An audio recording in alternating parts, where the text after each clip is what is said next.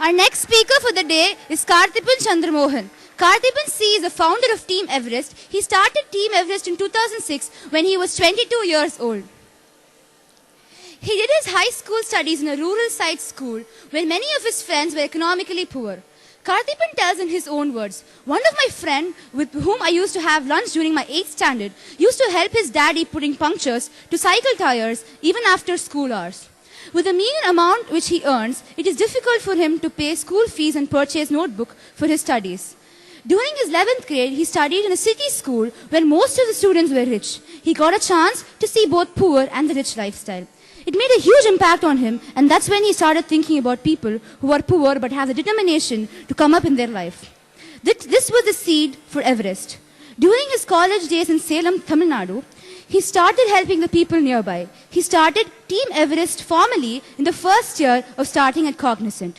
His work in building a grassroots to CSR organization led to the founding of Cognizant Outreach program that has made a significant impact on the disadvantaged children.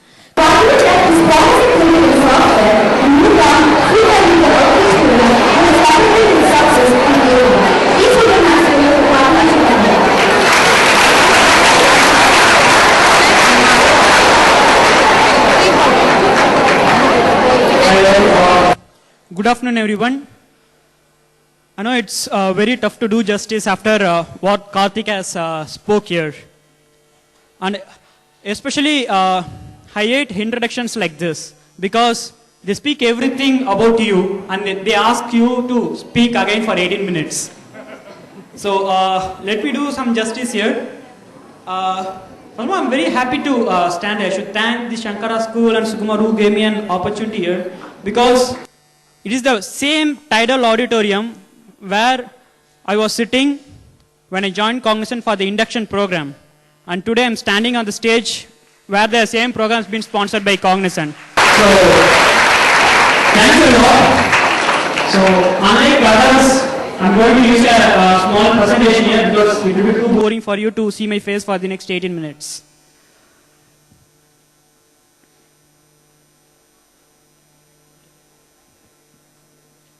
Okay. I'm Kartheeban from Cognizant. I work for the Cognizant Corporate Social Responsibility wing called Cognizant Outreach. So,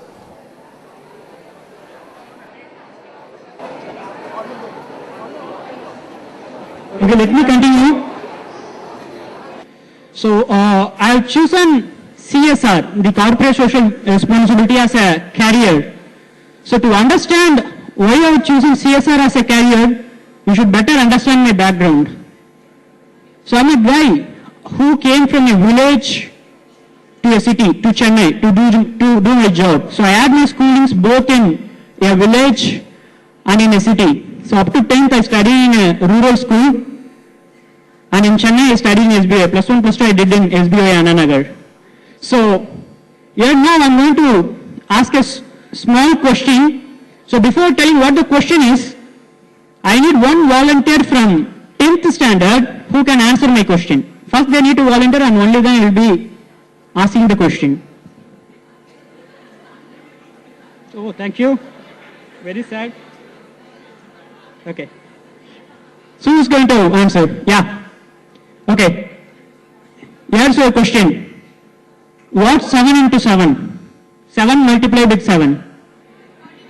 Okay, thanks. Can you give her an applause, please? Thank you. Great. Not everyone is as brilliant and as fortunate as she is. Because just today morning, I went to a school in Pallavaram, I'm not exaggerating, I'm just telling the truth, to take a weekend classes. It's a government school. I'm about to take a weekend class, maths, to 10th standard students. So there are 200 students studying 10th standard. We split them into 20 groups, 10 each in each group. So in the group, our topic today was to talk about how to use shortcuts in mathematics. So the concept goes like this. How will you find a number which is divisible by 3? So you can just add on all the digits, and if the number is divisible by 3, then the entire number is divisible by 3, right? So I was about to teach this. And then I found out they don't know how to divide. Okay, I thought, okay, at least they know addition, subtraction, and multiplication. Then I told, okay, let me give you a question and ask the same question to them. What is 7 into 7? Believe me or not, not even a single student, out of 10 students, not even a single student was able to give the answer, even after 2 minutes. So that's the kind of education we're currently having in some of the and most of the schools in government schools, out of the government schools. Okay, so let me go to one of my personal experience. You know, so I told, up to 10th I was studying in a government school in a small village. So I was studying in a school in a village called Patyavaram. That's in Tirunelveli district. So there one of my friend called Vignesh. You know, we are lunch mates. So he's a son of a cycle merchant, cycle mechanic, who used to, who struggles a lot. He's from a below poverty line family. So every time when the teachers asked to buy a long size notebook, he never used to buy it on time. The simple reason is long size notebook costs much more than the short size notebook. You can get a short size notebook for 7 or 8 rupees. Long size notebook costs you 20 rupees and is not able to buy the notebook. So every time we have lunch, he used to come and tell us how much he suffers to pay the fees, to buy the notebooks, all the stuff. And every day after school hours, he goes back to his home, works along with his dad to earn some extra money, and using which he completed his 10th standard. So that's the kind of people I met in Patyavaram, in a rural school. Then plus one, I scored very good marks in 10th standard. In fact, I became school first in 10th after scoring 450 out of 500. Thank you, because I need to get some applause in between, so I used to add something like this here and there. So plus one, one of my mom's friend's daughter was studying SBOA. They told about SBOA, then I went there.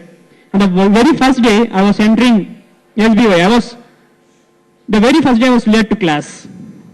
So everyone was there and I was asking an excuse to the staff and I'm entering there. There was one student who asked me to, hey, come here and sit. So I went there and I gave a smile and asked, hey, okay, I'm Kartheeban, what's your name? He told, I'm Syed. Oh, great, okay. So what's your father? He told, my father is a diamond merchant. I asked, what? He told, my father is a diamond merchant. I told, oh, okay. So I'm just quoting this example to tell you what is the kind of people I met in my life. Then I joined engineering in Salem, in Government College Engineering Salem. So there was always something burning inside me, how I'm going to make a difference. There was some guy who's not even able to buy a long size notebook, whereas here, there's totally a different kind of people whom I am meeting here. So what can I do? So I always thought of doing something to the nation or something to the needy, in fact. Then, during my 4th year of engineering, I got placed in Cognizant, an IT company. So campus secretary, you are free for the next 1 year. After all you need to do is just pass the examination, come out with flying colors, go to the company. So during the 4th year, I thought, okay, now I should give some shape to my thought, to my passion of helping others. So that's when I founded Team Everest. So I just designed this logo, named it as Everest, that's it, nothing happened. Then I joined Cognizant as an IT person. So I was trained in advanced Java. I was working for a banking and financial service client. And so whenever I find some time, I started pursuing my dreams. So that's how Everest came into action. What happened is, actually speaking, I started Everest in 2006 when I joined Cognizant. And the very initial years of starting Team Everest, we got close to 1,000 volunteers.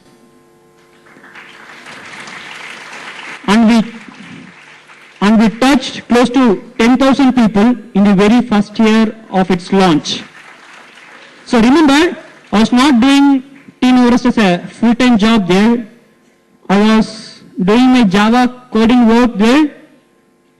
And whenever I find time, or I find time myself and keep doing this Everest stuff. So these are my inspiration. I love Mahatma Gandhi, Mother Teresa, and Dr. Abdul Kalam. So you can read those lines. I am a firm believer of Gandhi's Ahimsa, Teresa's love, and Kalam's dream. And I'm very fortunate to meet Dr. Kalam for 3 times in my lifetime. So, just a great person, you should find an opportunity to meet him. That's heaven on earth.